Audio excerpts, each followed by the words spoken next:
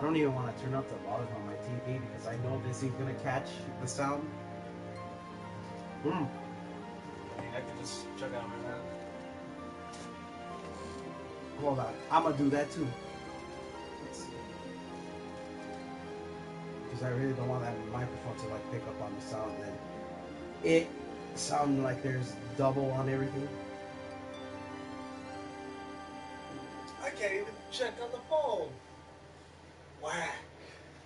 Hold on, I got this. I got this.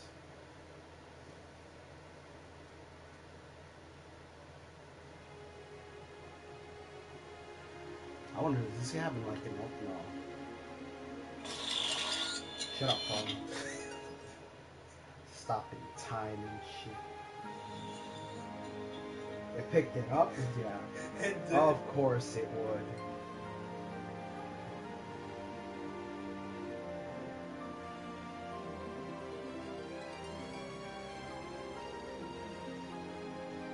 Wow, we already got 2 viewers for this? It's you and me. Oh, duh.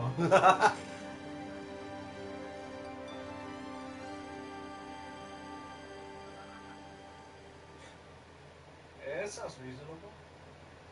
Oh? Hey. 3. We got 3 now. Welcome, 3 viewers, including you, Luis, even though you're like right next to me. Yeah, I'm testing if the volume is right, okay? We all were. We all were. I'm just gonna crank up the volume on the TV a bit. Even though it's like 30 levels at normal. I'm just gonna crack a cold one. Crack the cold one with the boys. They don't hand me one. This is the last one. Here you go.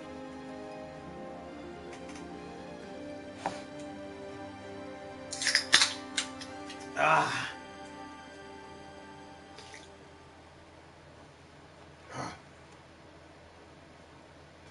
So about this game, I only know about this because I saw it in the PlayStation Store. I don't know anything about it. Yeah. So we decided to download the demo. Mostly because this is the kind of thing I've been wanting to play for the longest. Even though technically there was a game I played on the PSP. I don't know, it just made you kind of like choose directions. You got the bad ending, but that wasn't that good. And this one, I don't know why they removed the trailers from the Japanese one, but it was basically showing you like, I think a murder case going on, and there's like all these people involved. So it's like a live action movie if you think about it. You'll see. Let's start. I just think of like Sherlock Holmes. Select the bookmark to save to. This is like some God Eater menu right here. Probably gonna lower the volume on that.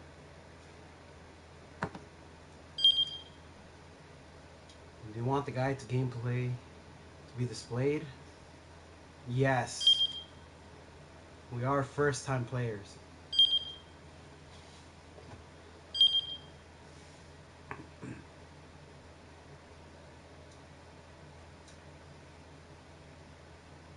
Cool. It's all entirely coincidental. Everything.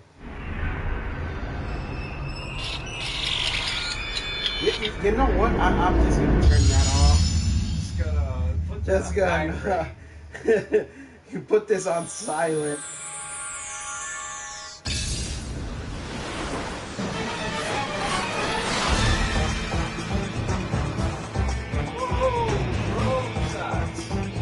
It's like we're watching a movie.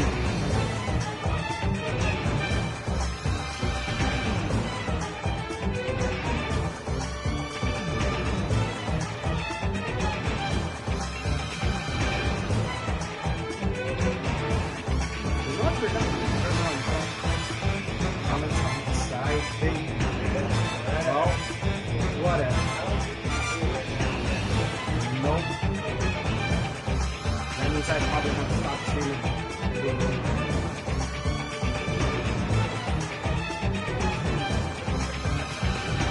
So that's who that guy in the picture is. Jack Woodman.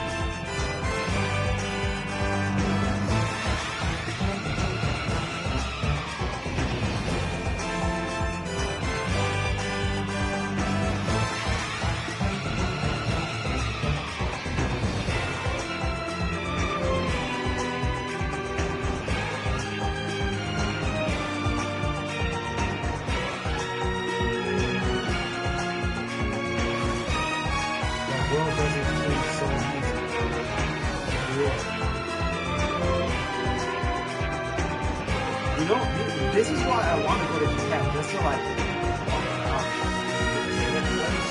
The city looks really nice.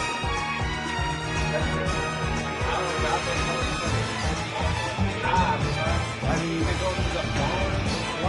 one of my coworkers told me that like the entire his trip, his vacation, was around $10,000. But that's because like he kept saving and stuff.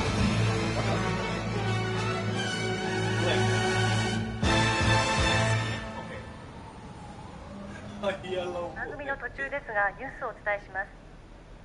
新宿区オフィスビル立てこもり事件の速報です。今朝新宿6丁目のオフィスビルに目出し帽をかぶった40歳前後とみられる男が従業員数人を人質に取り立てこもりました。その後数時間経った今も男は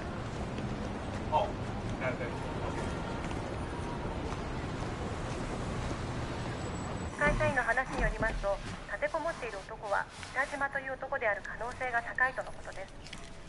その男は以前からこのビル内のある企業との仕事上の取引があり、金銭上のトラブルが絶えなかったということです。今回の立てこもりはそのトラブルに端を発したものではないかと見方が広がっています。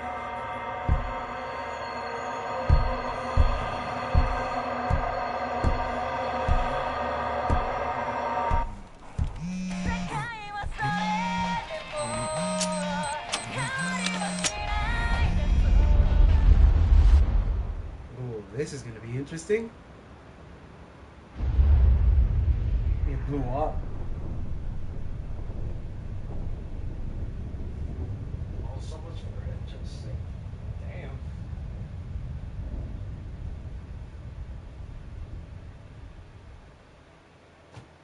Shibuya's story is yours to tell. Okie dokie.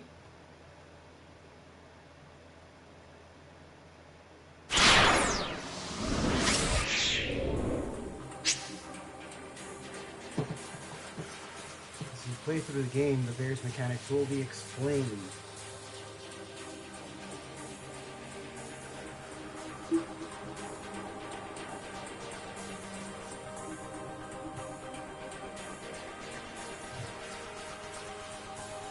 Multiple protagonists at once.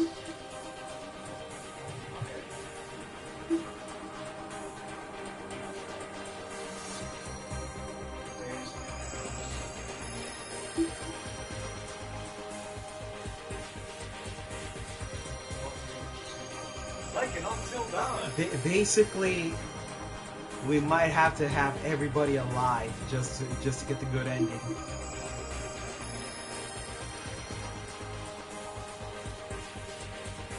So we got Shinya Kano and Achi Endo.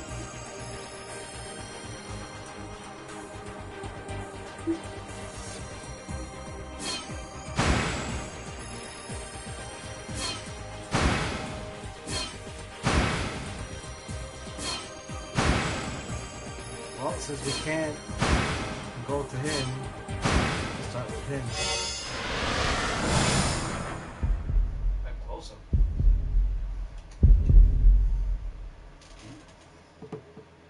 Just 2 more minutes to go.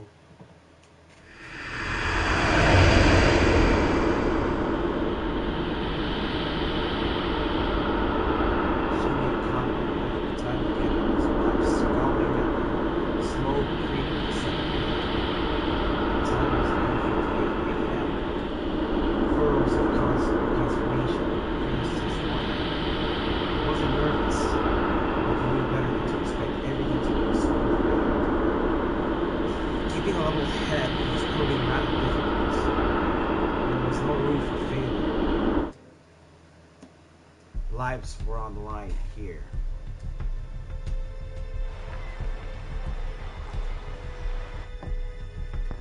He eyed his surroundings. He did!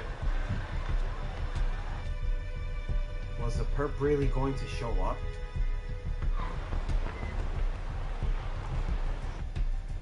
When? Where would he be coming from? How would he make his approach?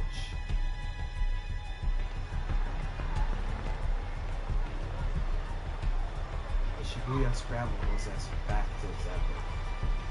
throng of people crossing his way, and that blissfully unknown. Of the dozens of detectives hidden in its midst.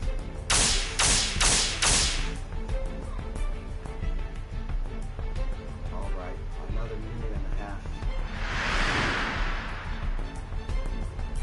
Kano glanced down at his watch yet again. A mere 30 seconds had passed. Detective Kano had been with the enforcement arm of Shibuya's criminal affairs section for a year now, but had never been part of an operation this big before. He eyed the young woman standing beside the statue up ahead. She was small enough to get lost in the crowd, and she carried a nondescript attaché case, or attache case. Here we go. Damn, she cute. Hitomi Osawa, age 19. The attack. How do you even say that word? Do you say it attache or attache? I don't know. The case in her hands contained a full 50 million yen in cash. Oh, that's a lot of money right there. Yesterday, her twin sister Maria had been kidnapped. Oh. This was the ransom payment. The culprit had called Hitomi last night at home, referring to her by name and telling her to wait by the statue of Hachiko in Shibuya. It was almost time, but nothing. Kano was staring fixedly at the second hand on his watch when a homeless man sitting on the sidewalk murmured just loud enough for him to hear. Come on, Kano, quit looking at your watch so much. What if the kidnapper sees you? Kano tried to look nonchalant as he lifted his eyes, but the scruffy character continued. You're too nervous. Just relax already. You're the one acting suspicious, Sasayama. Kano frowned. Why would some homeless guy be talking? Yuji Sasayama was a senior officer of the Shibuya Precinct Criminal Affairs Division, 5 years older than Kano. In the meantime, some words and phrases in the text appear in blue. These are called tips. Press square to underline a tip, then press X. This will let you read some extra info relating to that word or phrase. There are tips containing general knowledge and ones that are 4 to 8 specific. These are marked with a magnifying glass and a 4 to 8 logo respectively. Alright, tip.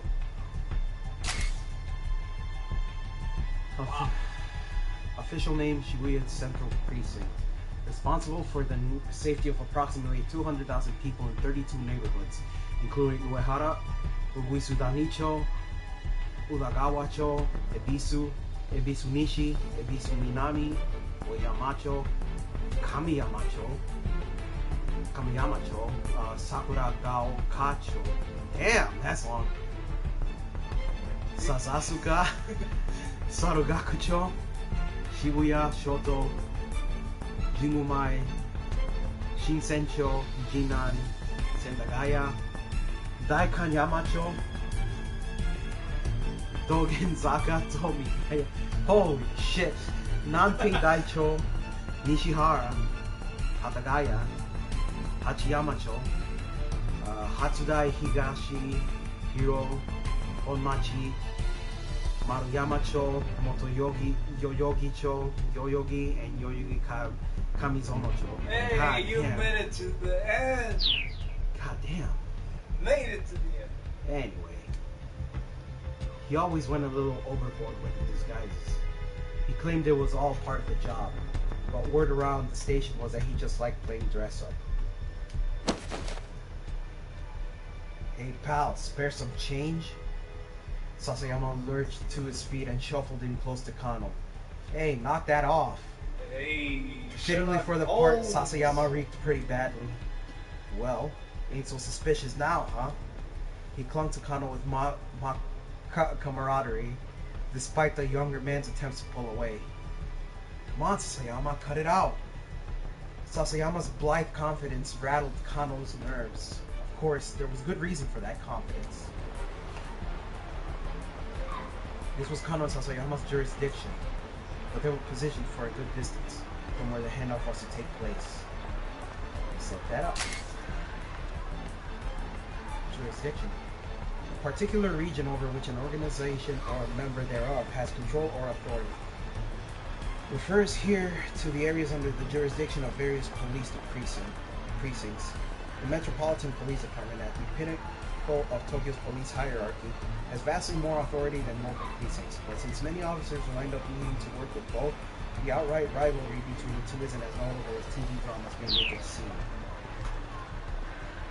The statue of Hachiko was surrounded by elite investigators from one of HQ's special investigation teams. Sometimes two or more tips will appear on a single screen. Press square repeatedly to change which words are underlined. Highlight the tip you wish to read, then press X. Continue pressing square or press O to return to reading to the story.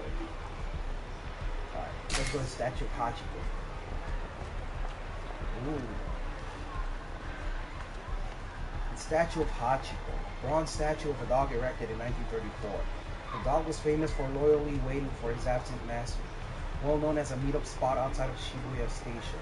Other popular meetup spots at the station are the display car for the original Tokyo 5000 series, commonly known as the Green Frog, as seen there, and the Moyai statue by the west entrance. All this info about Japan. HQ here refers to the Metropolitan Police Department. The Tokyo Police Section is responsible for managing 101 precincts within the city. Japan's largest police organization. In addition to police in Tokyo, it has various other duties and authorities for maintaining public order in the capital.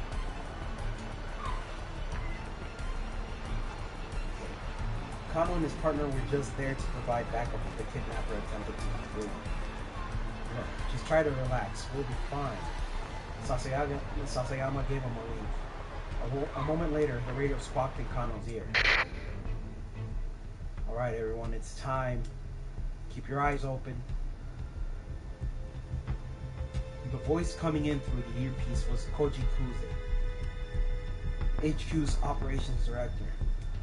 Until last year, he'd been the Shibuya precinct's head detective and Kano's supervisor.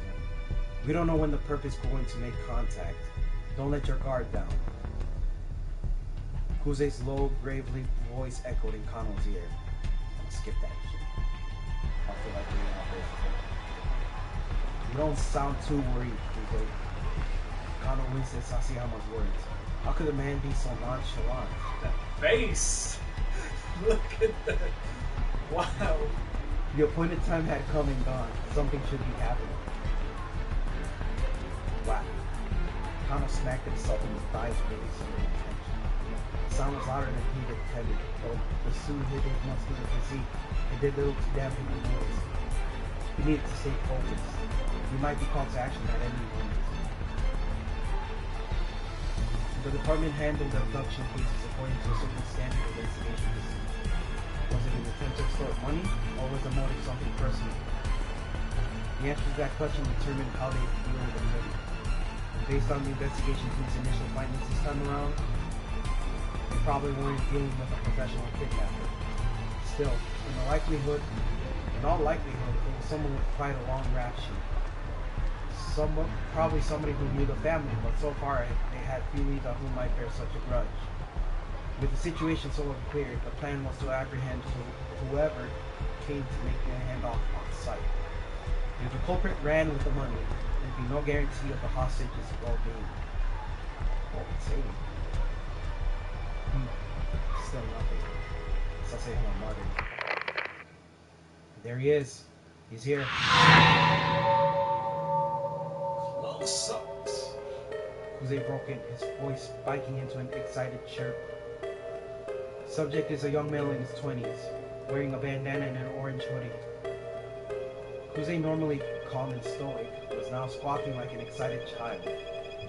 That only happened when he got particularly worked up. Kano and Sasayama steeled themselves. Oh, look at this son. Excited chirp. Kuze's particular vocal quirk. Whenever he gets overly flustered, excited, or panicked, he slips into a childish register, prone to babbling and pitching his voice. What?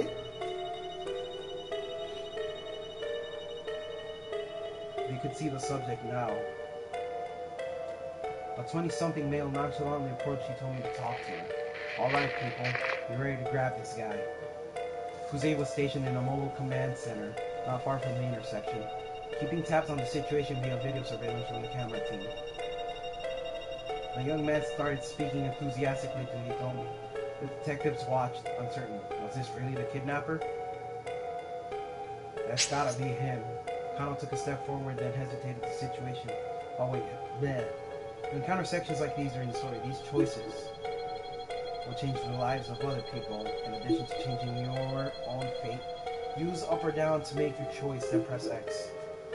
Current choice will not impact you or any of the other protagonists. Okay, still wasn't... Yeah, I need a better look. It has to be B. Oh, I went up. Press up to go back and reread sections you've already played through. To scroll ahead through the text you've already read, press down. When rewinding advancing like this, a book icon will sometimes appear in the upper left corner. Press X while this is being displayed to reread the current page. She looks... I don't know. What do you think? I want to say no. It's not him because look, if they say it's gotta be him, he hesitates. He stops. It's back to square one. It goes back to B, like...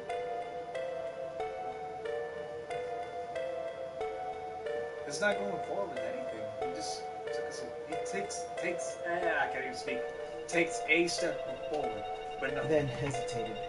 He's at the same spot. The situation still wasn't entirely clear. He meant to get a better look. Of course it isn't entirely clear. That guy might be an ordinary guy. I say B. Say B. B?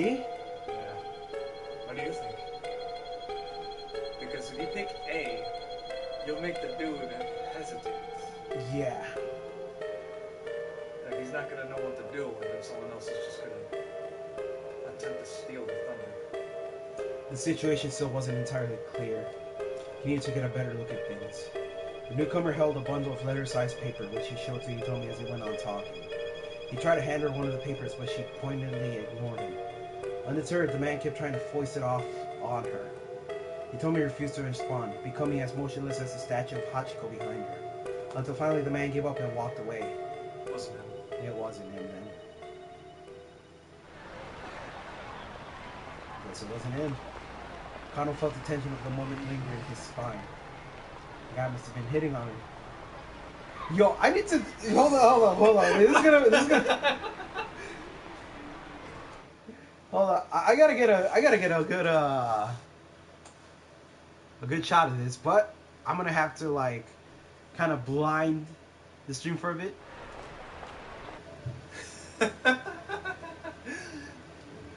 Ah, come on. Let me get it.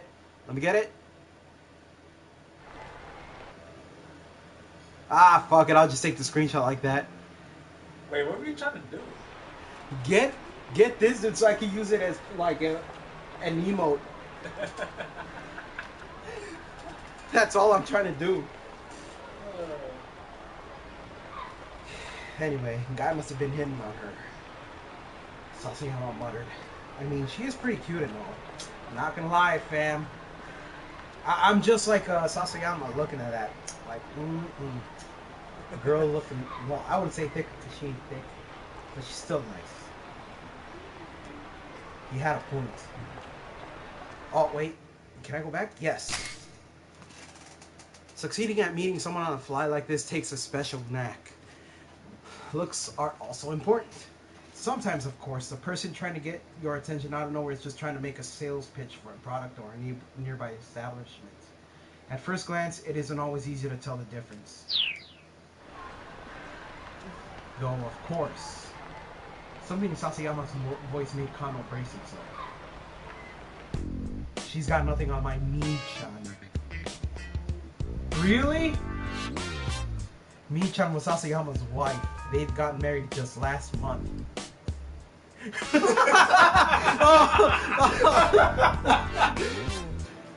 I gotta screenshot the entire. Oh my god, this is great. Oh god, I can't wait to use these in chat rooms. Let me tell you, Kano, married life is the best. You gotta hurry up and give it a try for yourself. No, this guy just. It's like he's telling mischievous shit, and the other guy looks like he's so done. He's like, whatever, dude. This was Sasayama's favorite topic lately, and Kano was getting more and more fed up with it. Sasayama, come on, just knock it off, okay? The phrase had become a common refrain of his since the department partnered them. Fine, fine, let's talk about your girlfriend then. No! Even better!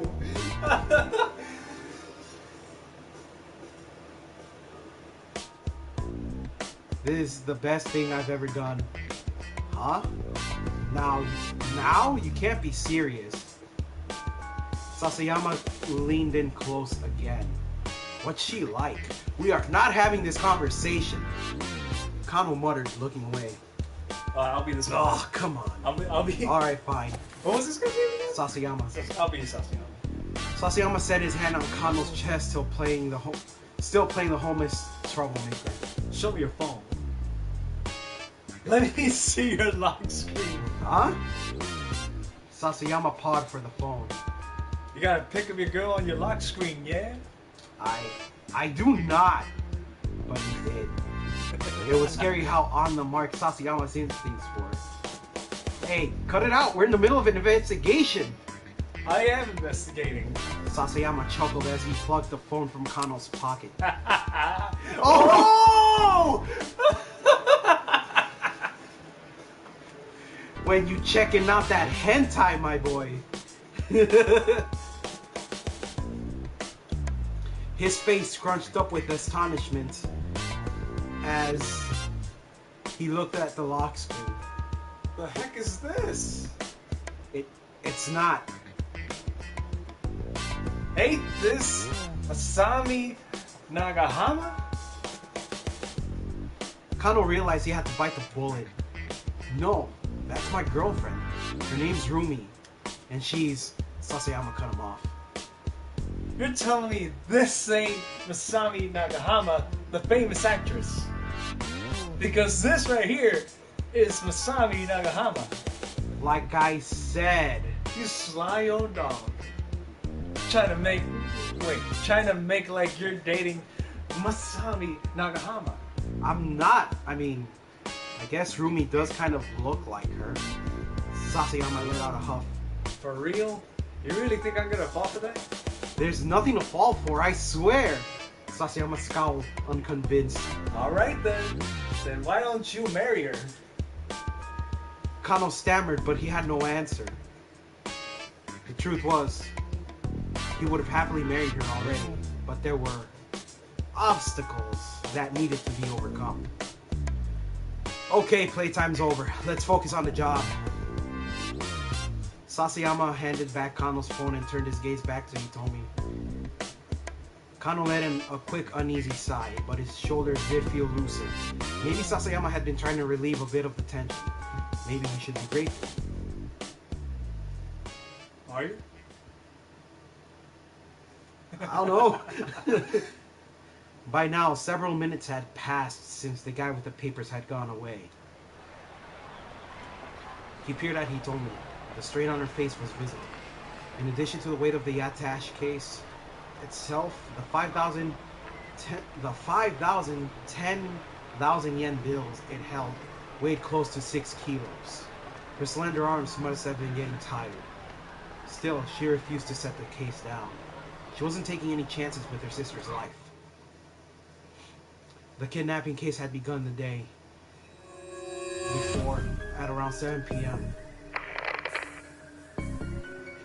This is MPD Dispatch. The Shibuya precinct is reporting a missing person, believed to be an abduction. Subject is Maria Osawa, a 19-year-old student at Midoriyama Academy. Last seen at the LL Diner near campus. A man was allegedly seen forcing her into a car nearby. All officers in the vicinity report to the scene at once. Kano and Sasayama had been working a burglary case in Jingomai's 5th district when they got the call. The two arrived at the LL Diner at 7:15 p.m. Hold on, I can hear. Got with the whistle. At roughly the same time, several other officers showed up to secure the area, blocking off entrance to nearby roadways and monitoring the surrounding establishments. Ah, damn! Kind of wish we had a friend to voice the woman. Dang. I don't even think Jessica would do it. I don't think so either. Inside the restaurant, Kano and Sasayama were met by the girl who reported the kidnapping. It was the victim's twin sister, he told me. Could you tell us about when Maria was taken, starting from the very beginning? Kano said, keeping his voice low.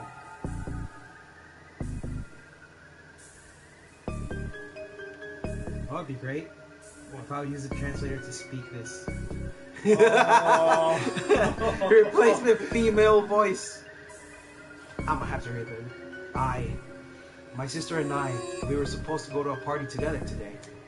He told me he was traveling, her voice hoarse. But I messed up the time. I showed up right at 7, an hour later than I was supposed to. So Maria had gone alone to a party, a mixture for locals and exchange students. He told me, arriving late, I showed up just in time to glance out through the restaurant window and see her sister getting shoved into a car. She described the vehicle as a blue station wagon of a Japanese make. Why? Why would something like this happen to her? He told me he held back her tears, but she was shaking all over. Did you get a look at the kidnapper? Yes, it was a man, middle-aged. We got us a foreigner. There was another eyewitness, Leland Palmer. He identified himself as a lecturer at Hitomi and Maria's school. I saw too. It's like Hitomi says. I heard Hitomi cry out, and so I went to the window to look. And his Japanese was halting, as if he hadn't been in the country very long. And I think maybe the kidnapper was working alone. Leland explained that he'd seen the man shove Maria into the backseat, then clamber into the driver's seat. If he had an accomplice, why wouldn't they have been driving? Neither Hitomi nor Leland got a look at the suspect's face. Kano was interviewing others who had been on the scene, looking for other potential witnesses when his phone rang. It was Yoshio Kajiwara, one of the senior detectives. We've set up a task force for the investigation. Get back to the station once you have a handle on the situation here. Barely half an hour had passed between the time the kidnapping was reported and the time the task force began operation. When Kano and Sasayama got back to the precinct station, Kuze had already arrived from HQ. He informed them that a response team had been formed to investigate the victim's home. Kano could feel a peculiar tension in the air. Unfamiliar MPD detectives scurried to and fro around the Shibuya offices. He pulled one of them aside to get a quick update. An hour had now passed since the kidnapping. There had been one new development. The perpetrator had made a threatening call to the victim's home. He said the following. Tomorrow, 10 a.m. by Hachiko in Shibuya. Have the sister, Hitomi, bring 50 million yen. If not, the girl lectures forfeit. Kajiwara from the precinct was put on the response team, along with detectives from elsewhere who'd received special training in abduction cases. Normally, a local precinct detective wouldn't have gone undercover in a victim's home. Kuze, however, had decided that having a knowledgeable local was crucial, and had sent Kajiwara along. The detectives disguised themselves as delivery people and movers to make their way inside without arousing suspicion. Arriving there at 8:30, the response team had come prepared to run the trace if the kidnapper contacted the family a second time. but there were no further calls.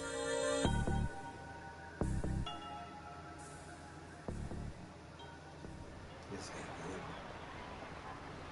Kano checked his watch again. 20 minutes had now passed since the time designated for the ransom handoff. The kidnapper had yet to appear. Crap. You think we might have spooked him? He wondered aloud. That's you right there. Wait, no, I was supposed to read that. I stole your line. Alright, hey, calm down. Sasayama scanned the passing throng. He's just playing with us. Why'd this guy even pick this place? Kano voiced a question he'd been asking himself since he'd heard the kidnapper's demands. Sasayama shrugged. Figured he must want to blend in with the crowd. Nab the money and disappear before anyone knows he's there. Would be my guess. In that case, why not pick Shinjuku or Ginza? The big crowd didn't just benefit the kidnapper after all. It also allowed the police to use sea of people to conceal their own operation. Right now, there were 50 detectives stationed within a 50-meter radius of where Hitomi stood. The kidnapper would be taking a major risk if his plan was to nab the ransom money and run. That's what bothered Kano. Any criminal with half a brain would know better than to do a handoff in front of Hachiko. You're overthinking things, pal. Oh man. I stole your shit. Well, we're even. Sasayama grumbled. No, I'm not. Kano reached into his pocket and pulled out his notepad. This was Kano's... This was Kano's dick diary, which he always kept close at hand. Sasayama rolled his eyes. Oh, that thing again? Kano ignored him, flipping through the notepad pages.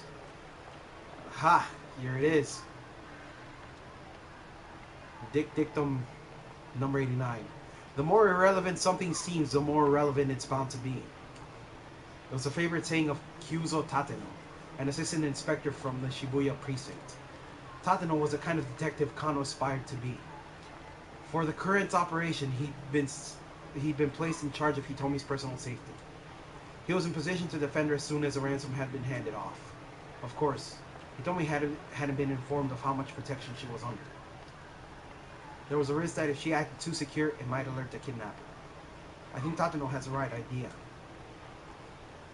Sasayama snorted quietly. Maybe.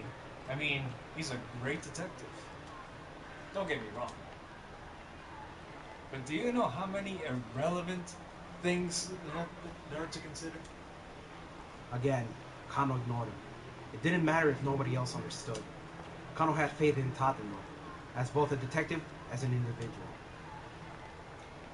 He had first witnessed Tateno's brilliance during a standoff at a financial company 3 years earlier.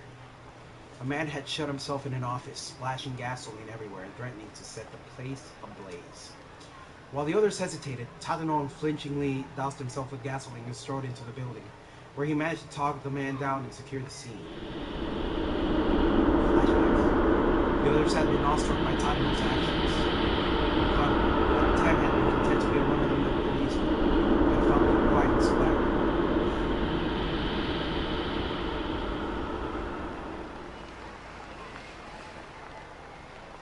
Still, you know? Again? Still, you know.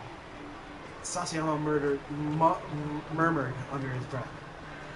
As great as a detective as Tateno is, it's not like anyone else in the world has ever heard of him. I suppose not, Kano said. So? Only time anyone ever hears a cop's name is if he's caught up in some scandal or killed in the line of duty. I mean, doesn't really seem fair, does it? Kano just shrugged. It was a strange definition of unfair, really. I mean, you've got celebrity chefs and celebrity hairdressers and stuff. So how come no celebrity gumshoes, you know? Look, please, can we just focus on what we're doing here? Kano rubbed his eyes and then turned his attention back to Hitomi. What's the matter? Oh, What's the matter? Didn't sleep? not enough, I guess. Did you eat? Didn't have the time. Between bringing in supplies for the base operations, readying the team's vehicles, photocopying hundreds of documents, and various other tasks, Kano had barely slept in the previous night, and hadn't gotten a meal in either. What have you been doing? Sasayama puffed out of his chest. Saving up my energy for today. So you were sleeping.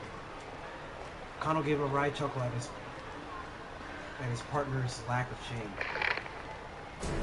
There he is. Kuze's voice chirped suddenly through Kano's earphones. A man in his 20s wearing a sleeveless red jacket. He's carrying a garbage bag. A young man had emerged from the crowd about 15 feet from where Hitomi was standing. He strode toward her, a sinister look on his face. He didn't match Hitomi's description, but Kano felt a jolt of nerves all the same. Maybe the kidnapper had hired someone young street punk to snatch the ransom payment. That our guy? What do you think, Kano? Sasayama whispered. Yeah, I think he's got it. This was it. Kano swallowed the lump in his throat. He bent his knees, ready to act fast. Blood rushed to his leg muscles, banishing the stiffness that had begun to take hold. Would this be the culprit? Or perhaps...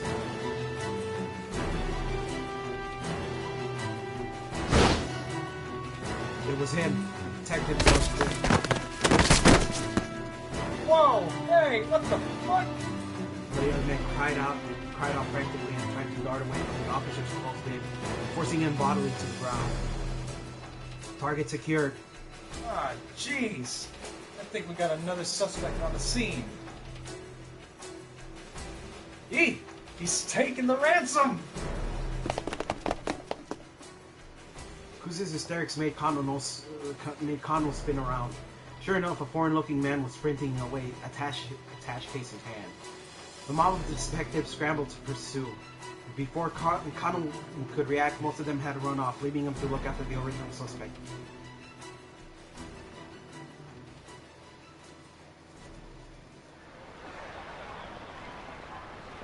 What should I do with this guy, sir? He might have some connection to the kidnapper. Should I bring him in? Huh? Oh, sure, that'd be swell. I'm on it. With the help of one of the remaining detectives, Kano brought the suspect back to the Shibuya precinct.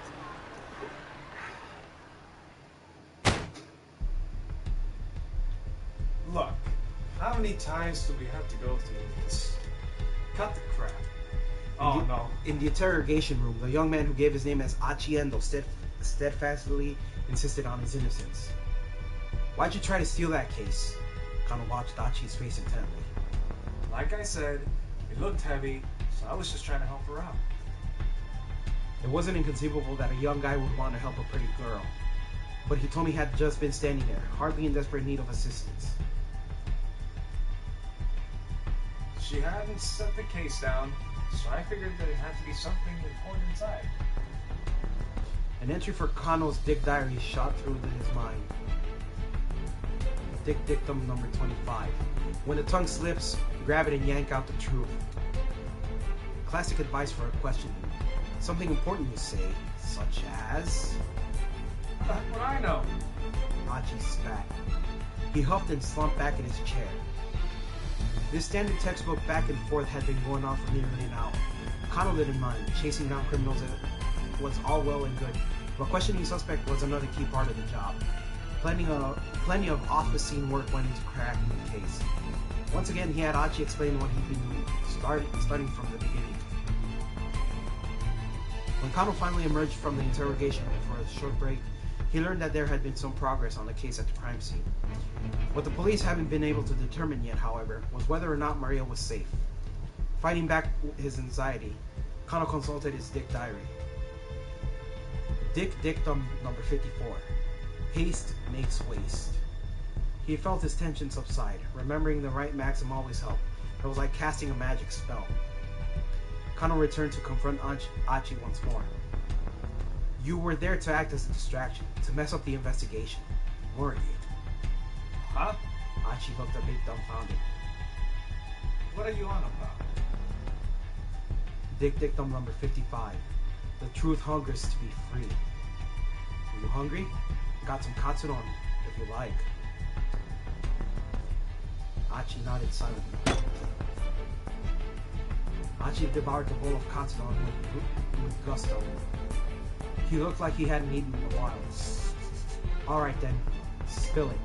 What's this guy after? Achi just shrugged. I don't know. He murmured, a thick slice of egg laid and pork between his teeth. How many accomplices do you have? Kano asked. But Achi just shook his head as he inhaled his food. Resignedly, Kano flipped through his notebook once more.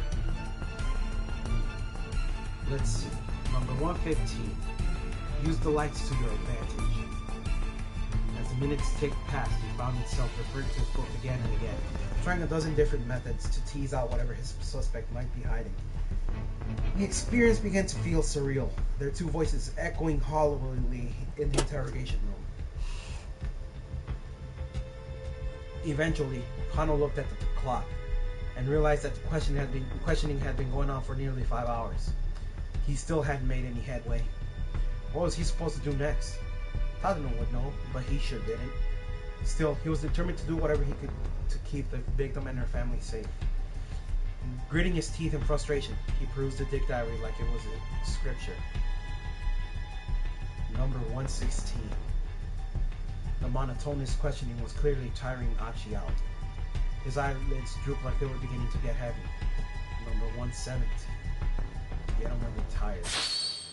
Kano's eyes gleamed. You're part of some criminal gang, huh? Achi's head slumped forward heavily. Nodding off was basically the same as nodding yes, right? Mr. Kuze, I did it. The young guy we grabbed at the handoff site, he finally confessed to the crime. What? What are you talking about?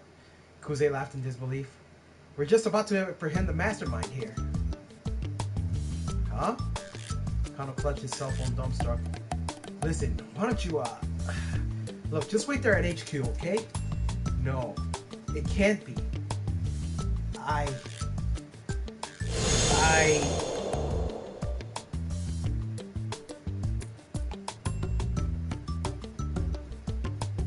After the kidnapping case wrapped up, Kano tendered his resignation.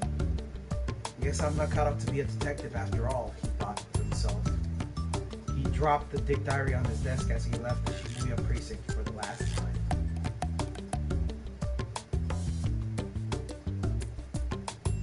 Wow. Bad end? Wow.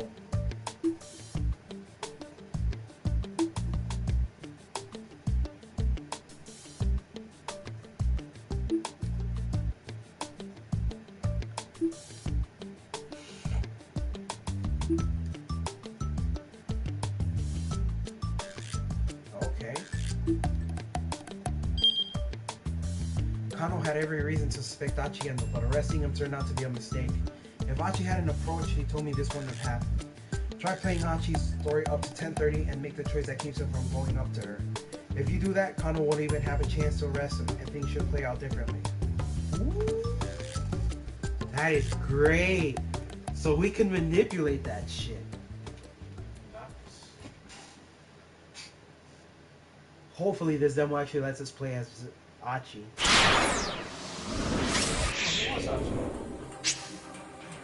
You can now select Achi as one of the protagonists. Let's follow Achi's story for a little while. Oh, here we go. I think I should get this game.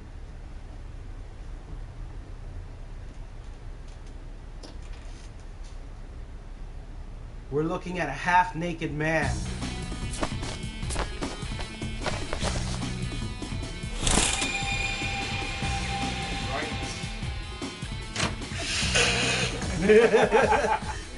After playing way too many games.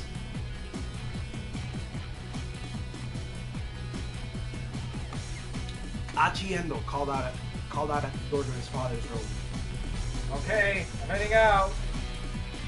Sir! His father sounded unconcerned. He didn't even open the door. Sure you don't want me to stay here in the shop? It's not like we're gonna get any customers. Hachi grimaced. Yeah, I guess not. The drawer by the front door held a stack of heavy-duty trash bags. Hachi pulled out a few of them out. Guess it's gonna be that kind of day? Oh wait, that was you. Fuck. You're Hachi this time. He stuffed the trash bags into his pocket, then slipped on his favorite pair of sneakers. The entryway to Hachi's home also led into the family shop. Various pieces of electronics were piled up like so much junk in the tiny retail stores. The slightest bump brought the risk of an avalanche. Hachi wove his way through the gaps in the appliances like a spelunker exploring a cave. From Shibuya Station, if you make your way past the 109 building, then up Dogenzaka, you'll come across an old shopping district. Nestled in its outskirts is Endo Electronics, in the same place it's been for decades. Within its dimly lit interior, you'll find rows of wares all caked in dust. At a glance, you might well assume the place was closed. A mom-and-pop place like Endo's couldn't compete with the big consumer chains booming throughout Shibuya. So far, the store had remained in business thanks to the locals who appreciated that they made household repairs. But things weren't looking good for the future. Hachi, the eldest son and nominal successor to the business, had no interest whatsoever in the person today. Hachi stepped out of the shop into the sun. The good weather lifted his spirits. Alrighty, time to do this. He unfurled one of the big garbage bags, which caught the wind and fluttered like a kid. Then he slowly made his way to the total station, scanning his surroundings all the while. Sheesh. This place is filthy. He paused to pick up the plastic bottle that had been tossed on the ground. Then, with the heavy sigh, he slipped and crushed the receptacle of the trash bag.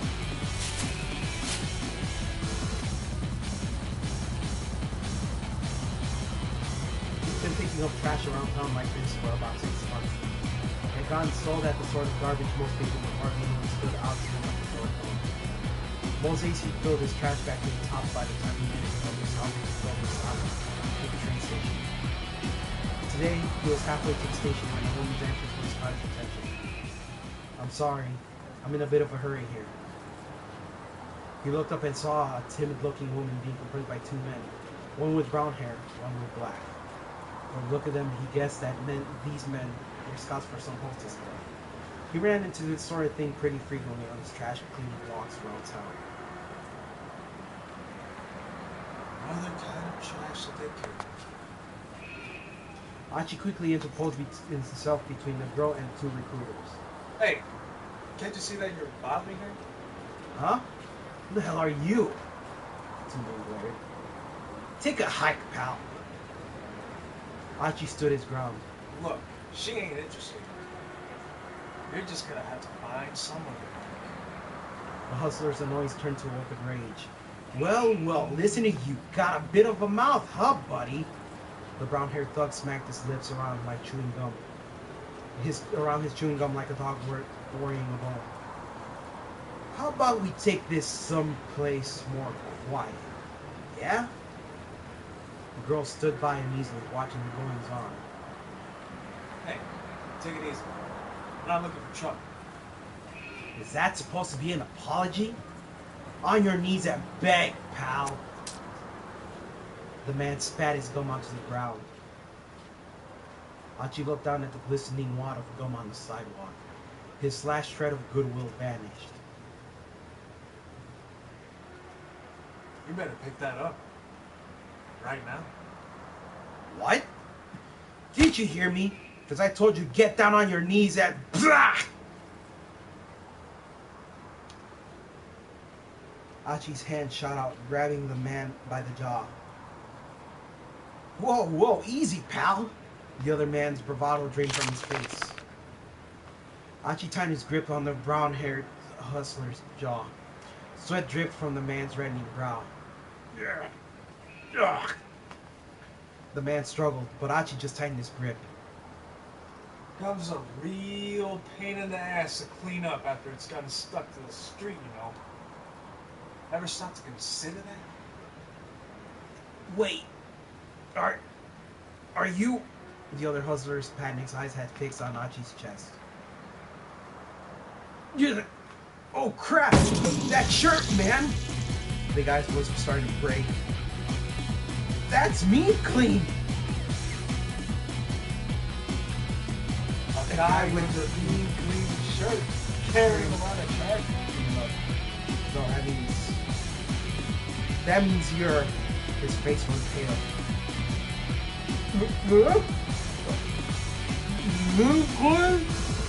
The other man echoed the words right through his held-shut jaw, tears welling up in his eyes. Get it right now. Achi clenched the man's jaw harder still. It's mean clean. Ow! Ow! Ow! Ow! Ow! Ow! We're sorry, man. You're Achi, right? Dude, we honestly had no idea. Come on, man, you gotta cut us some slack. The man scrambled to snatch the wad of gum off the street, stuffing it into his pants and pocket. Finally, Achi let go of his companion. The brown-haired hustler's face was twisted up with fear. Tears streamed down his cheeks. Gasping out hasty apology, the two thugs scampered off. Oh wait, no, that's Hey, so a shy smile came to the girl's face.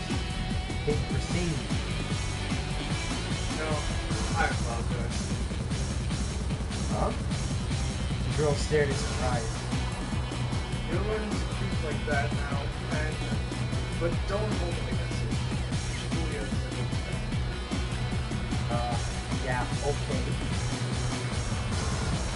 Achi gave her a quick wave, then turned and continued on his way down the government's lot. Achi was Shibuya born and raised. He was keenly aware of all the changes the board had been successful. Grocery stalls and inconspicuous little side streets, tiny parks nestled between buildings. Achi knew it all like the back of his hand. Trash, human or otherwise, had no place in this town. Not his fault. Achi made his way down towards Shibuya Station. Throngs of people shuffled to and fro across the scramble. The view shifted constantly from one moment to the next, almost as if the city itself were alive. And if the city was a living thing, then Shibuya Station was its heart. Its streets like Bukamura Dori and Center Gai serving as their arteries pumping the blood made of people. Today as ever, the heart was pumping that blood to every nook and cranny of Shibuya. And there was Achi, another part of this great urban organism. Yes, I'm something smart coincidence. Oh wait. No, hold on. Did I have it right in the first one? White blood cells eliminate pathogens from the bloodstream. Red blood cells carry oxygen throughout the body. Achi was probably thinking of white blood cells. This man getting on the science over here. Emerging from his reverie, he noticed a rather conspicuous young woman standing by the statue of Hachiko outside Shibuya Station. Ooh, she's totally my type. Wonder if she's a model or small-time actress or something. Looks like she's waiting for someone. Probably another guy. Damn. Good looking as she was, there was no way she wasn't already taken. What kind of guy scored a girl like that? Probably the rich-ass CEO of an IT company or something. Crouching down to tie off the trash bag, he continued gazing wistfully at the girl. Then he noticed something peculiar. She was carrying an attache case, the kind of businessman might use. It was a large case, and apparently so heavy that she was struggling to hold despite using both hands. Now, what kind of person makes this young lady lug around something heavy like that? Or actually figured he offered to carry it. First, gotta dump this trash. What can I see those Yeah, reach the decision point. Let's have Achi not approach, he told me. Use up or down to select an option and press X. Well, not approaching. First, I'm gonna dump this trash. He looked around to see if there was a garbage bin nearby. Now Achi won't approach, he told me, which means we will avoid being arrested by Kano. At the same time, Kano's fate will also change, and he will no longer wind up at a bad end. So let's switch back to Kano's story using the time chart. Press triangle to open it. And here we go! Oh, this is lovely right here.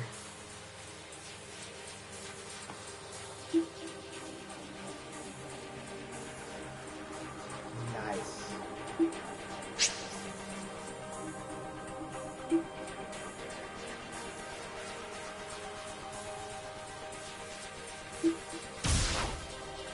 What's that? Continue to provide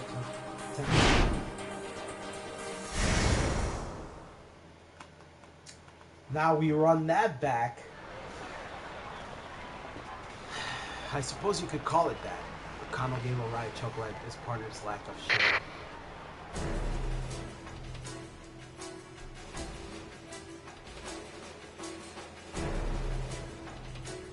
God damn, that dude looks mean. Previously, Achi got mixed up with Kano at the police, but now another man has appeared instead. By changing what Achi did, I'm thinking Persona. Hadachi, it's Achi. You've also changed Kano's story. The man in the black coat, he's not Japanese. He looks to be in his early 30s. A foreign man had emerged from the crowd, about 15 feet from where he told me was. Standing, he made his way towards her, his expression blank.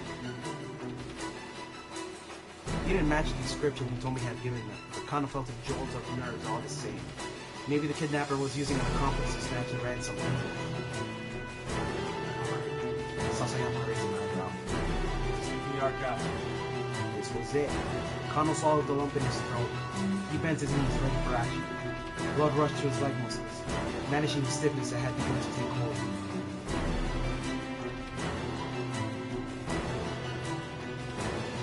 Was this a culprit? Or perhaps the stranger took hold of the attache.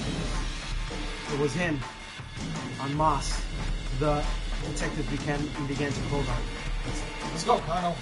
On it, Sasayama and Kano leapt into action, but they never expected what happened next.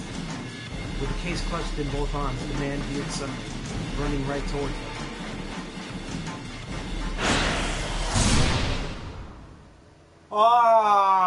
The end of the demo?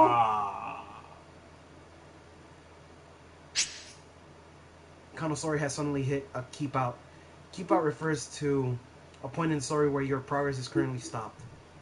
In order to advance beyond a keep out, you need to jump from another protagonist story. At 10:30, Achi has a text. A young man in a suit set as red keywords.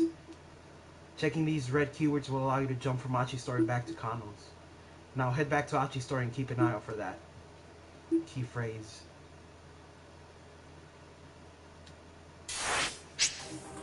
But said.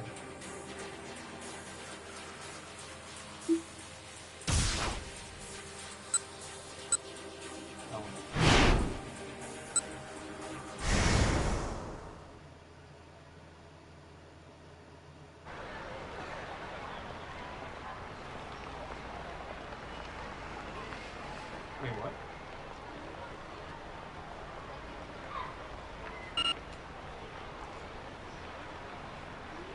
Oh, that's right. Huh?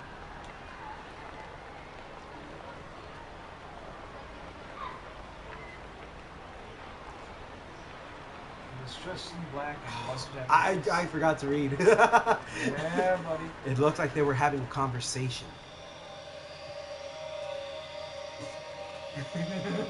The girl nodded tensely at something the man said. Achi stared. Something tells me that's not his voice.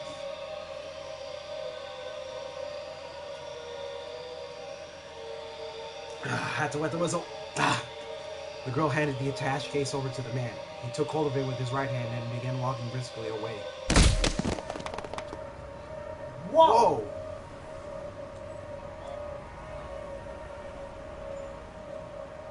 A nearby homeless man suddenly left Liberace and broke into a run, as if he'd been waiting for this very moment. Sprinting alongside him was a young man in a suit. Some words in the text appeared in red. Red text denotes important keywords that let you jump between different protagonists' stories. This allows you to shift between characters at a specific point. These can also allow you to clear out or keep out in another character's story and let you read on. If you come across red text, press square to underline it and then press X. A window will appear allowing you to jump from one protagonist to another at that point. Then press X to continue the other character's story after the keep out. Give it a try.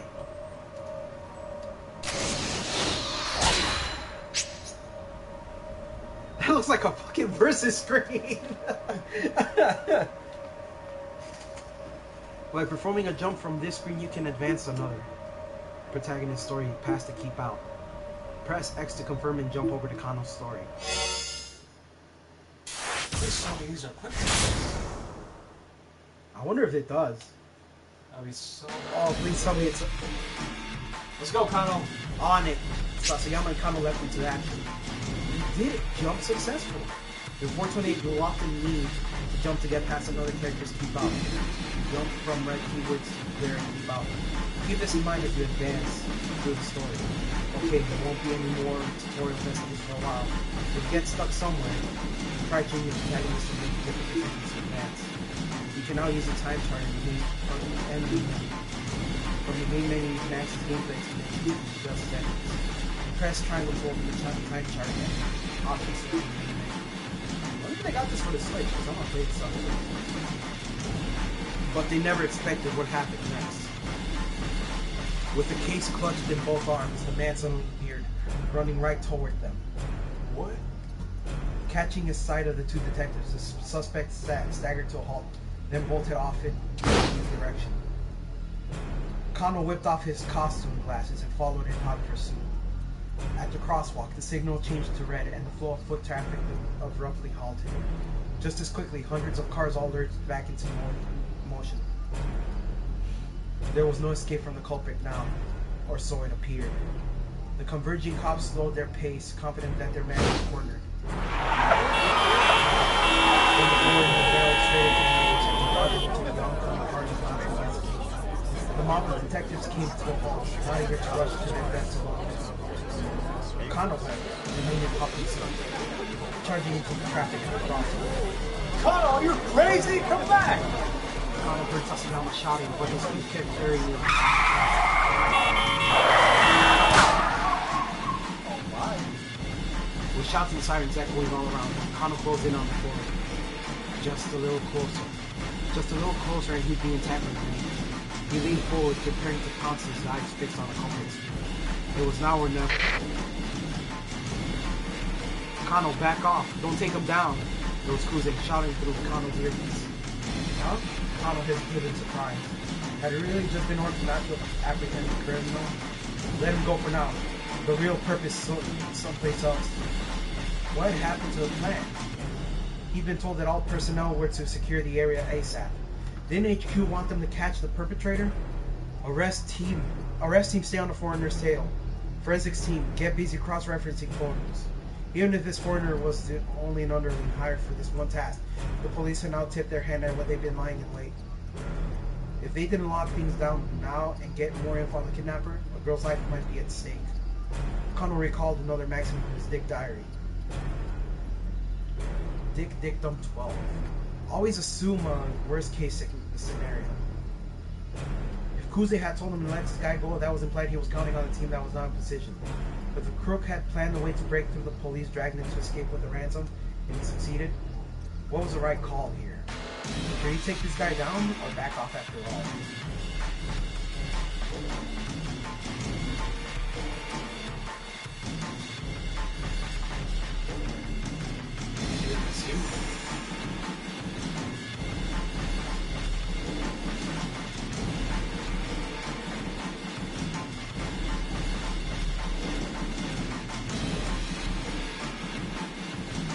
I'm gonna risk it. Laying the purple escape now is too big of a risk. We have to catch this ASAP. The man darted down a narrow avenue. Otto ran fast. The man sprinted through the side streets. Evidently he knew his way around Shibuya pretty well. Oh! Someone's taking, he told me. Kano recognized Kuza's trademark squawk immediately. Subject is male, he appears to be carrying a gun. He's swinging in the direction of Meiji Dori. What? Kano could hardly believe it. He told me he had been kidnapped. Had she been abducted by whoever had taken Maria? But why? Someone must have been waiting for the moment when the police took their eyes off of her. Something's very wrong here. What in the world is going on? Kano saw that the road forked up ahead. The man with the attached case ran to the left. As the man who had taken Hitomi was heading toward Meiji Dori, there was a good chance he'd gone down one of the alleyways off to the right. Making a snap judgment, Kano told the detective behind him to follow the case. He then turned and headed down the nearest alleyway. After darting through the side streets, he spotted a different man, another foreigner, crossing an intersection a few dozen meters ahead. The man was dressed in black, just like the guy who grabbed the ransom money. He was right. The kidnapper wasn't acting alone. But wait, something was amiss. He told me he wasn't with him. Where was she? Kano skidded around the corner and then stopped short. The man in black was standing there pointing a gun right at him. Before Kano could react, the man fired. They're fucked! Kano felt hot all over, as if he were on fire. All except for his cheek, pressed against the asphalt, and the palms of his hands, they felt so cold. There was nothing he could do. Nothing, that is except lie there and watch as his killer turned and walked away.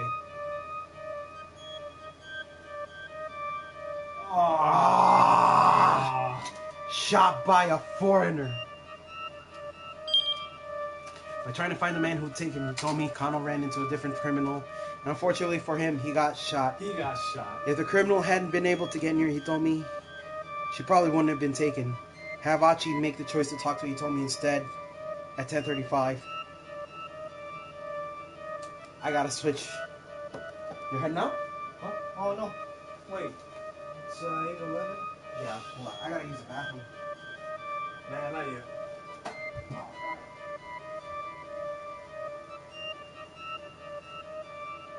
Wash my hands real quick.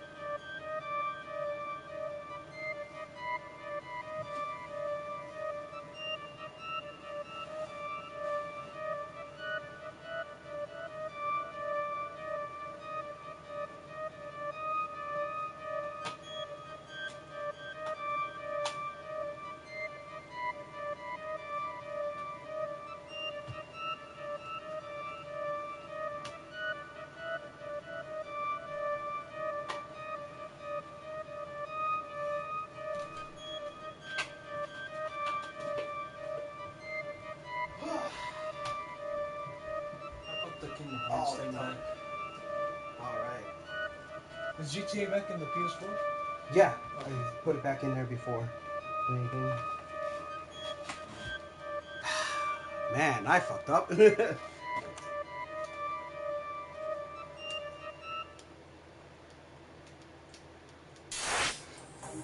Alright, so 10:35.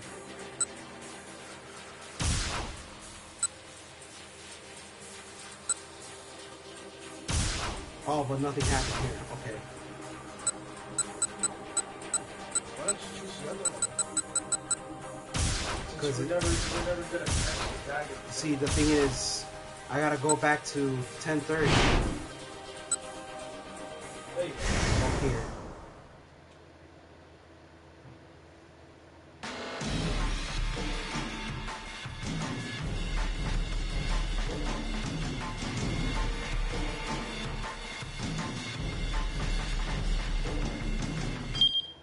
Wait.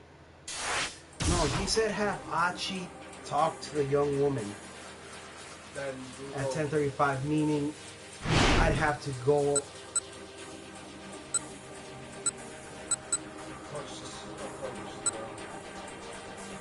But you're gonna be No, but the thing is that's at 10:30.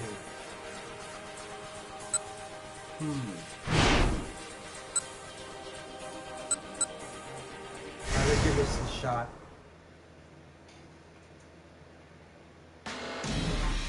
So our choice would have to be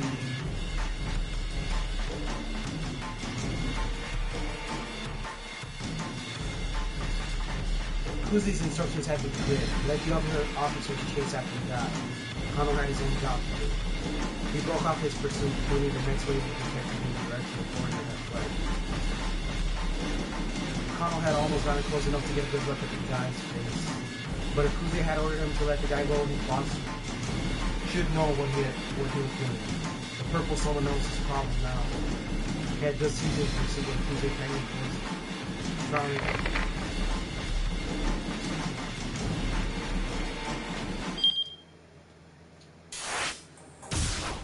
Let's go back here. Your choice is Kano though. Yeah, go back to his choice. No.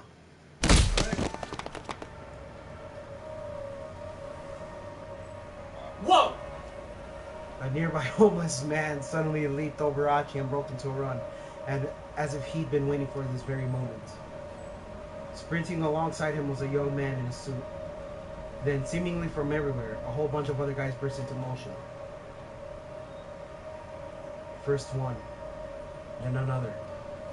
A third and fourth, a fifth, over a dozen now. Wait, what? Clearly something big was going down. Were they after the attached case? Within moments, Achi lost sight of them all through the crowd. With that many people chasing him, the guy with the case was sure to get caught. But wait, what about that girl? Achi turned back around. The girl was still there. She was staring in the direction that the man who had taken the case had gone, a weird expression on her face.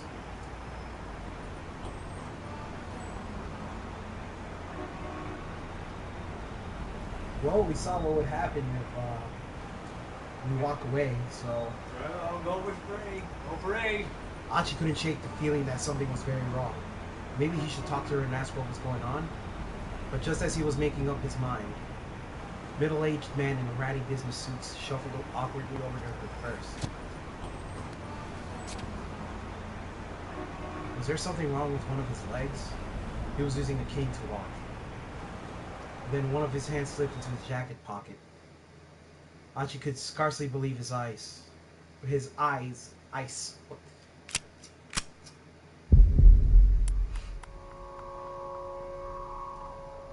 A revolver?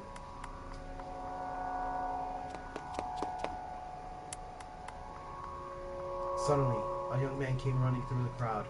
Seeing him, the man with the cane turned on his heel and vanished from the scramble. Something big was going down. What is this? The young man was closing in on the girl, his expression grim. That guy is up to no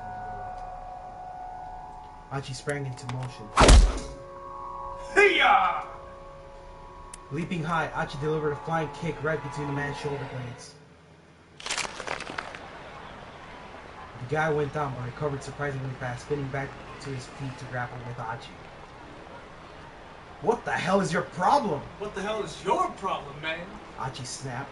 The two stood staring each other down as a crowd swirled around them. Let go of me. You let go of me first. After you let go of me, sure. You first, pal. Don't you call me pal, man. Don't call me man, pal. Neither man was willing to yield. The crowd had parted to avoid the scuffle. Passers-by were staring from all sides. Well, crap. Hachi got a sudden sinking feeling. How am I doing? Jumped in over my head, as usual. His anger melted away. He loosened his grip. Without further argument, the other man let go of Hachi's jacket.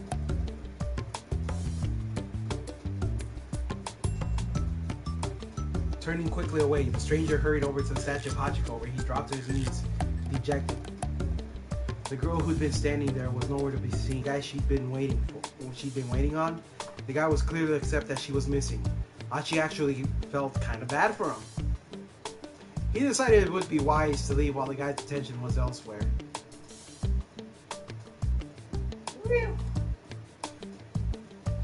He hurried back along the road to his house. The wind had gone out of his sails and didn't feel much like cleaning up trash anymore.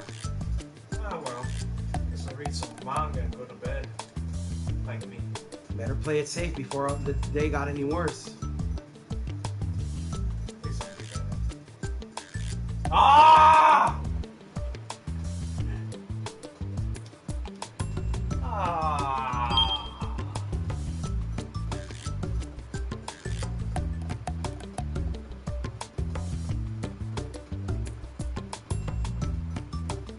Can you make sure Kano doesn't return to the scramble? Also, We gotta go back to Kano's story. He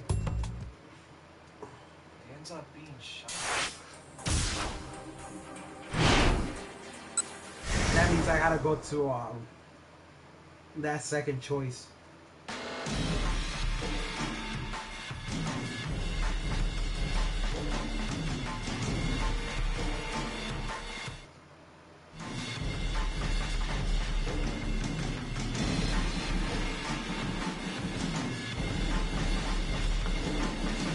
Why does it feel like there's a certain order you're supposed to pull this off?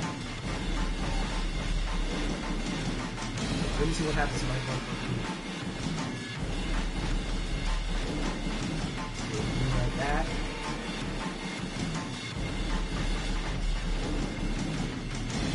We're gonna get a bad ending. Oh no! Kano headed back to the scramble and took up his post. Tony was still standing at the handoff point, staring worriedly in the direction that the suspect had fled. No doubt she was wondering why all of a sudden the police had decided to let the guy go. Kano jogged over to Kizumi, but before he could reassure her. Hey-ya! A sudden blow from behind sent him sprawling to the ground. Kano's mind flooded with rage as he scrambled back to his feet. Oh no, it was the other choice. We gotta go. God damn it.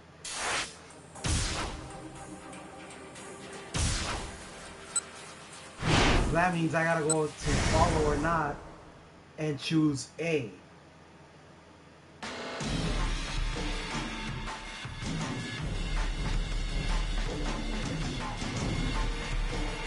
Letting the perfect escape now is too big of a risk. No, but see, here's the thing. By interfering in that one, that stopped Kano from approaching Hitomi. So now that we got to the point where he was about to approach the girl,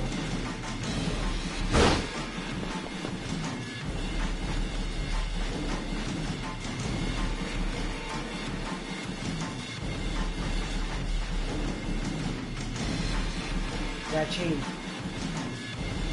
He noticed two people over by a trash pile. At first they appeared to be a young couple. Then looking more closely, he realized that the girl was Hitomi. Mr. Kuze, I've located Hitomi Osawa. The couple took off running, the rough-looking guy dragging Hitomi by the hand.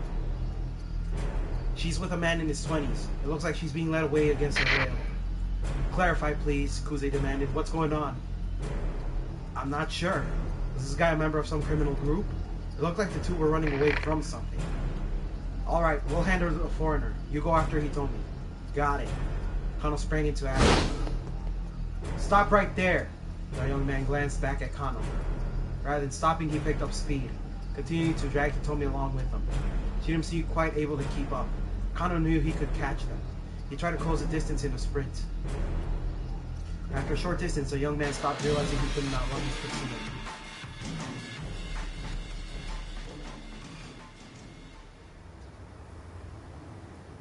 Shielding Hitomi behind him, he glowered at Kano. Why did you run off? Kano demanded. Because you were chasing us. A blatant lie. People didn't just bolt like that without good reason.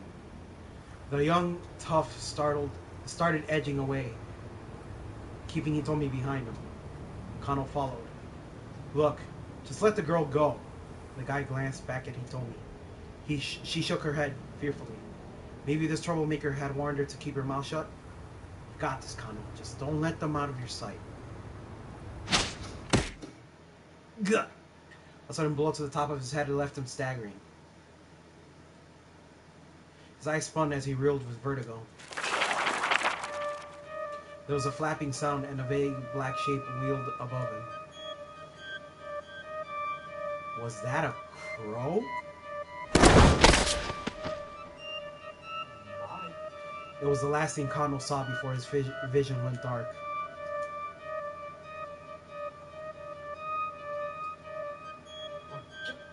What?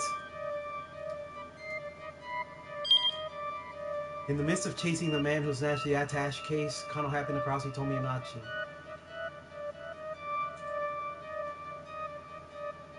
If he thought it was the quickest way to escape with Hitomi, if he'd gone for the police box instead, things might have gone differently. The key is what Achi does at 10:35.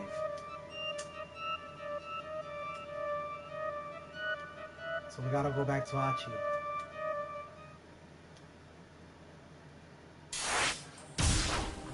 Achi at 10:35.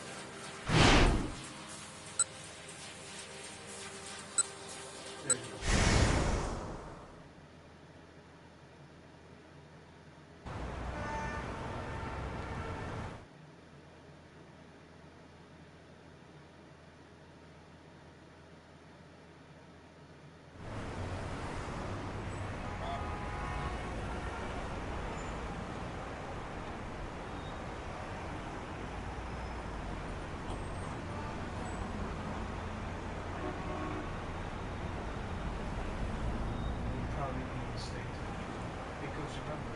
Oh yeah. Then we'll go with B. Another crazy day in Shibuya. They had to be shooting a scene for a film on location. It would probably be a mistake to intrude. Yeah, that's some TV show about a kidnapping, and the girl has to make a ransom and and there's probably some actor lurking around here playing the suave, handsome detective. You say it's suave. Achi gave a chuckle and turned away. A soothing breeze blew by as the wispy clouds drifted overhead. They picked them up. Picked a nice day for a shoot. Smiling inwardly, he resumed his trash-picking mission, wondering what other surprises the day would hold.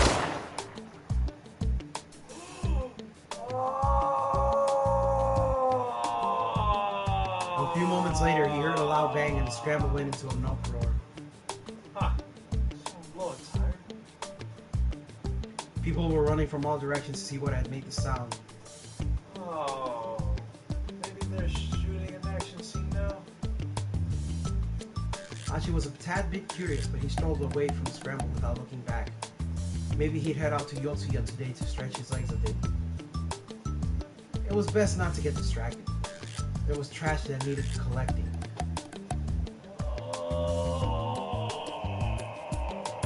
Bad end. Your future is garbage? It's trash!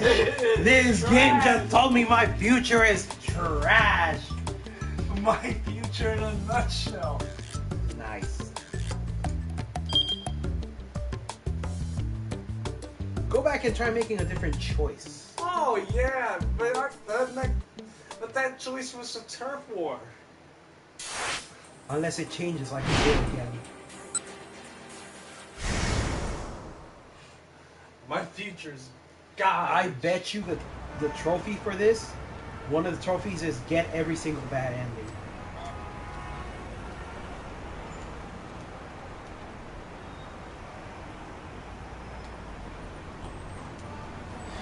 Alright, you read that?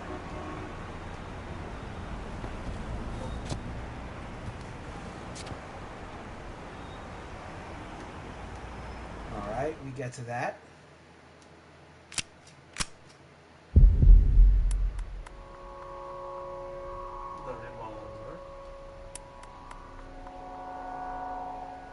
Oh, that changed. With a single fluid motion, the man lifted up the gun and pointed it in the girl's direction. He was aiming right for her head. Huh? The girl had noticed the man with the cane now. Seeing the gun pointed at her, she froze in fear. Well, she's about to die. Achi didn't hesitate. Breaking into a full run, he tackled the gunman with all his might. Caught off guard, the man sprawled to the pavement. But the would-be assassin kept hold of his weapon and quickly scrabbled back to his feet. Achi knew he had to act fast. He grabbed the ashen-faced girl by the arm and attempted to drag her away. This way, he shouted. Oh, that was good. Yeah, this way. She just stared at him, uncomprehending, trembling like a startled animal. Come on, run!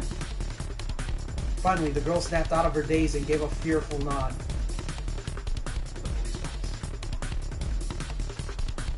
The police box. Let's go. Still pulling the girl by a hand, Achi headed for the police box outside the train station. But it was empty. There were always policemen staffing these things. Why did they have to be unmanned now? Achi flashed a worried glance behind him and saw the assassin in pursuit like a man possessed. Yikes. This is not good. There was nothing they could do but run. With the frightened girl in tow, Achi ran beneath the JR Yamaha. Just trust me. First, oh, that was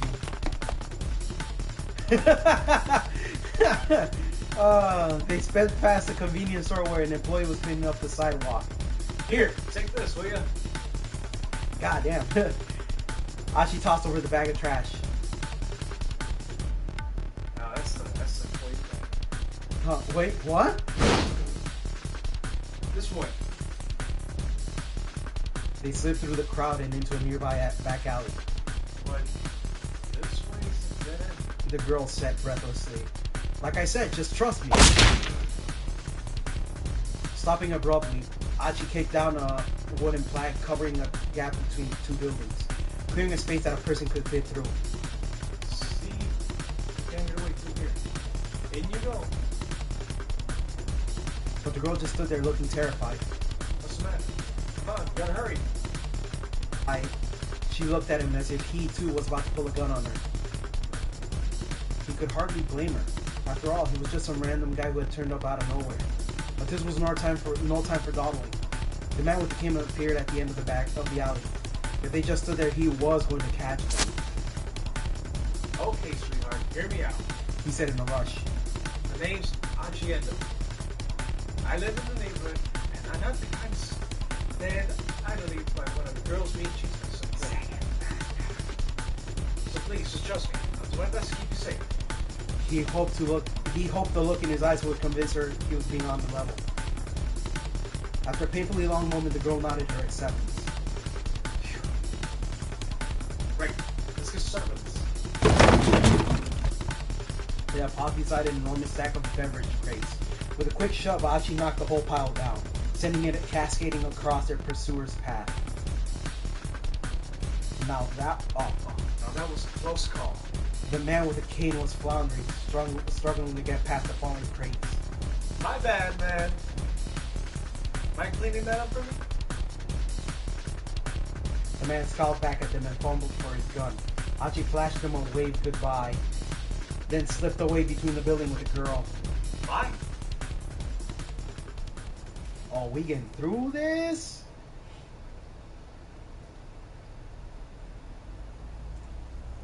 Hurrying down the narrow alley, they emerged onto a side street lined with dive bars and clubs.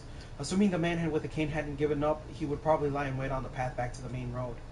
Achi decided their best bet was to try and stay inconspicuous rather than risk getting caught on the move. Guess we can lie here for a bit, he said. He led the girl to the entrance of a tiny old hostess club.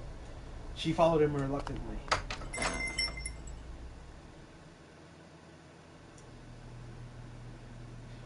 Achi flicked the switch inside the front door and a chintzy chandelier glowed to life. He sat the girl down on a small sofa beside the counter. She gave him a worried look. Achi felt a pang of embarrassment as he realized what she must be thinking. Oh no, don't get the wrong idea. I'm not gonna try any funny business. Someone I know used to run this place. It's not in business anymore, so I figured we'd be safe in here. The girl chuckled at his evident discomfort. All right then, she said. So, we good? We're good. Okay, well, good. Achi made a vague attempt to straighten his disheveled clothes. So, how about some introductions? I'm Achi Endo, like I said earlier. They call me Achi. I'm Hitomi Osawa. You can call me Hitomi, I guess. With each new word out of Hitomi's mouth, Achi felt his heart sink. She was charming, personable. Just about everything about her was captivating. Achi had never met another girl like her. Achi? What? Is something the matter? You were spacing out there for a bit. Achi shook his head to dispel his daze. Damn it. It's no time to get all starry-eyed. He needed to think of some way to keep her safe from the guy who was after her. Look, can you tell me what the heck is going on? Please. I need to know if I'm gonna help you. Right, okay. I'm not really sure where to begin. Hitomi looked down, lost in thought.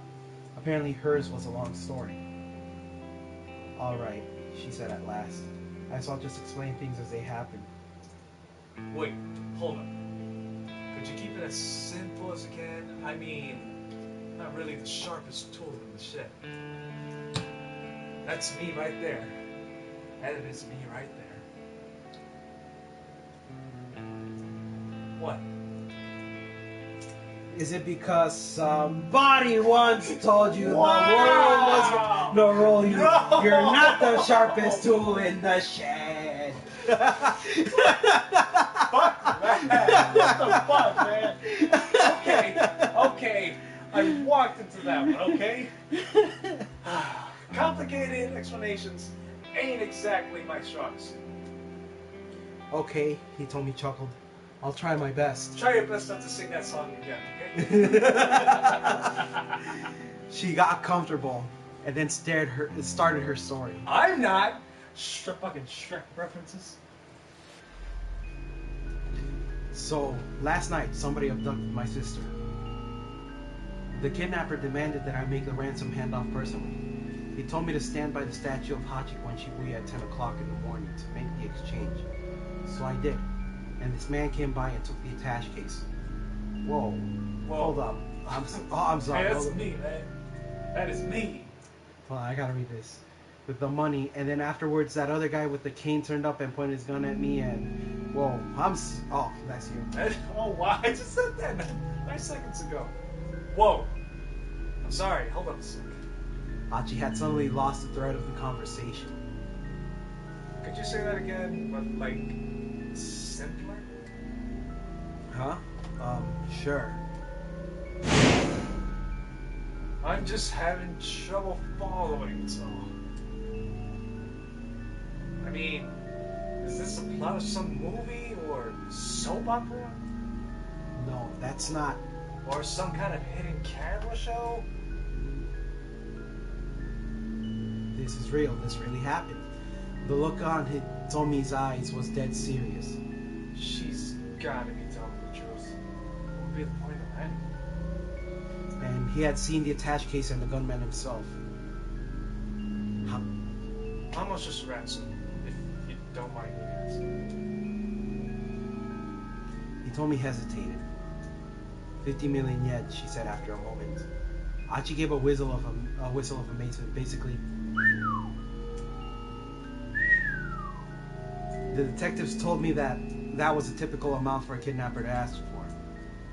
It's plenty, that's for sure. Because there's some money in that sort of thing. As soon as the words were out, he realized his blunder. Sorry, I shouldn't have put it that way. He fidgeted awkwardly and he told me he looked away. I'm an idiot, but okay, I think I get this kidnapping thing. So I'm guessing those guys who chased the guy who took the ransom were undercover cops? He replayed the scene in his head. But then the kidnapper took the attached case and ran, right? So if you were empty-handed, where'd that guy with the cane come after you? I'm honestly not sure. He told me his words trailed off. This was clearly difficult for her to talk about. Anyway, we should probably get to the police as soon as we... No, we can't do that. He told me his tone was resolute. I can't take this to the police. Why not? Achi waited for an answer, but none came. After a long and awkward silence, she stood up from her seat. I really appreciate the help, but I should go now. She gave Achi a deep bow. Nuh-uh, hold on. What do you mean go? Go where? He hurried to intervene as she headed for the door. I don't want to cause you any more trouble. I'll figure the rest out on my own somehow. Hey, I said hold on! He told me ignored him and opened the door, and their argument came to an abrupt halt. Standing there was the man with a cane, his revolver in his hand.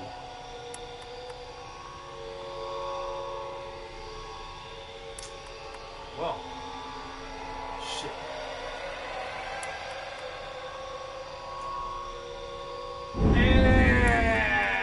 Is this the end of the demo? Wait! Achi Endo's 10 o'clock story ends here. However, Shinya Kano still has more to do. Read along further in Kano's story. Okay.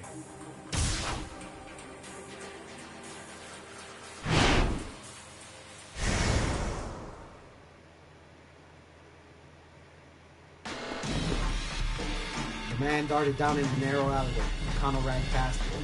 The man sprinted through the side streets. Evidently, he knew his way around the city pretty well. The man shot out onto a major thoroughfare and bolted up a pedestrian bridge. Just where the heck was this guy heading? Halfway across the bridge, the man stopped abruptly. Cautious, Kano stopped as well. That's wild. What? Height, roughly 190 centimeters. Age, 30s. Hair, dark brown. Clothing, all black. A moment later, the man flashed a triumphant sneer and he held up the cash case. Before Kano could even yell stop, it was already too late. The man threw the attached case down the roadway below. No! Panicking, Kano peered. A man on a motorcycle was waiting beneath the bridge. I'd been had. Kano bit his lip hard. Damn it! Kano sprinted back down the bridge. Hearing the bike's engine roar to life, he had to make it in time. Descending the stairs 4 at a time, he leapt toward the roadway, but the bike sped out of reach and roared away in the direction of Yoyogi, leaving Kano in its dust. Looking back up at the overpass, he saw the man who had thrown the attached case running away. He handed the money off to someone else. He's currently on a motorcycle heading toward Yoyogi. His report to Kuze complete, Kano slumped down in dismay. The cops had played right into the criminal's hands. Now the crooks were getting away and people's lives were in danger. Was there any greater failure for a policeman? Staring off into the distance where the man who'd thrown the case had disappeared, Kano gritted his teeth.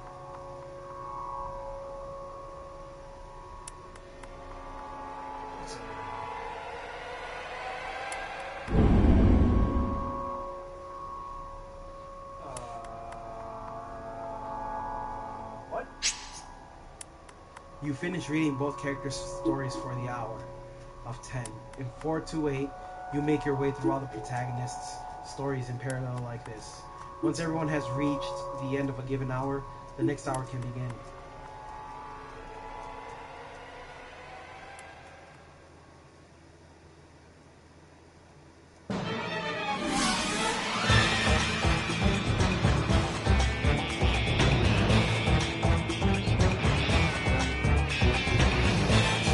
Yeah, this is a trailer, so in the Japanese version.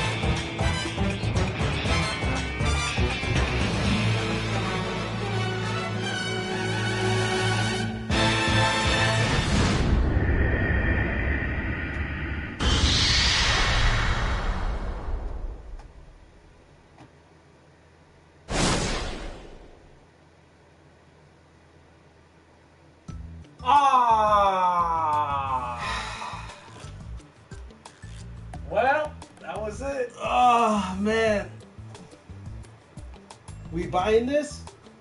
Probably. I'm buying this.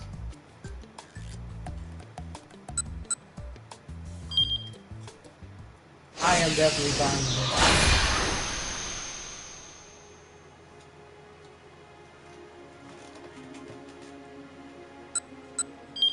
Oh, we can load. Nice.